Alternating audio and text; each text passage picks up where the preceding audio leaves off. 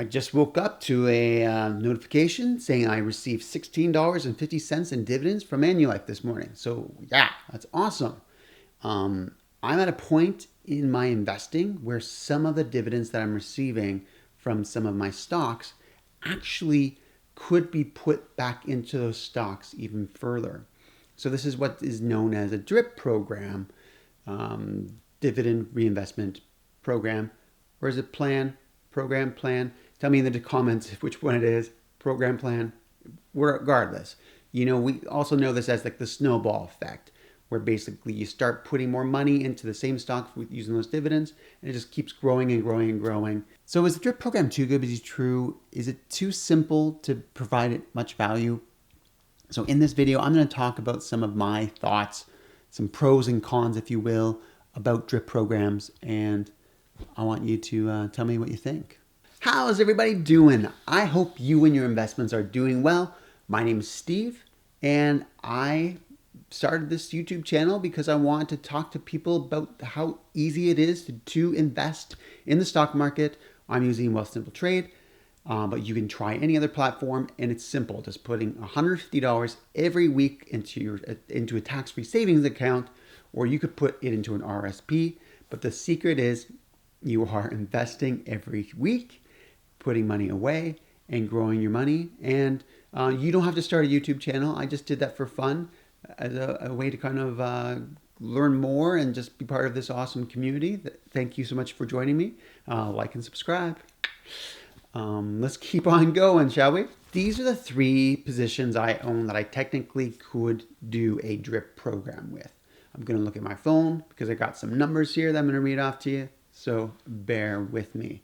So the Diversified Royalty Corp, DIV.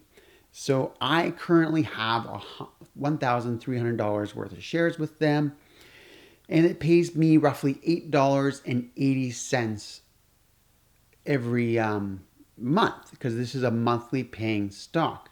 So each month, where their stock price is currently around like the $2.90 mark, means I could buy 3 additional shares, which roughly adds 5 cents every time I do that.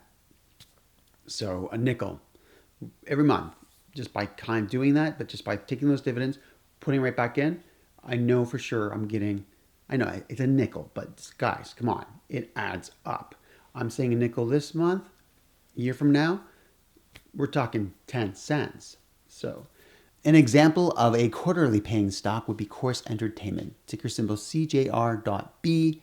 It is paying me, I hold roughly $900 worth of it, $950. Keeps going down, unfortunately, this week, this quarter. And it pays me a quarterly dividend roughly of, again, I wrote this down, $21. So with that $21, I am able to buy roughly 7 shares. It keeps going down. Might be able to buy 8 shares, which then allows me to then have 42 additional cents to those in the next dividend payment, 42 additional cents. Then again, that's where it starts to snowball. So by the end of a year and a bit, there's 1 additional stock. So it just keeps snowballing. I also hold 110 shares with Acon, which is roughly $1,300. And I'm getting paid a quarterly dividend of $20.35. So with that, I could buy 1 additional stock basically every 3 months, and that adds an additional 18 cents to my my drip program. So that 18 cents just kind of gets compounded onto that. That's why I want to chat about the bit of the pros and cons of a drip program. So the pro primarily is you don't have to really think about it. You don't have to plan too much out. With those 3 examples, basically the dividends come in, I automatically just buy those positions. It forces you to buy into positions at different price points, which is a key component of averaging down your cost. So you might be buying high, you might be buying it low, but when those dividends come in, you are buying those individual stocks. Now the con, I would say right now for me, using Wealthsimple Trade. I'm using the trade part of the platform. There is also Wealthsimple Invest, where that has a drip component right built into it. So that the Invest is their robo-advisor system, where Invest, Trade, which I'm using, we're picking our individual stocks. So the con is that, you have to manage your own drip program, which, for most of us using the Wealthsimple Trade, we're probably perfectly fine with that. And really, I almost prefer that method over it automatically happening, because then I can control when I reinvest those dividends. I like that little bit of extra control. I know might not be for everybody.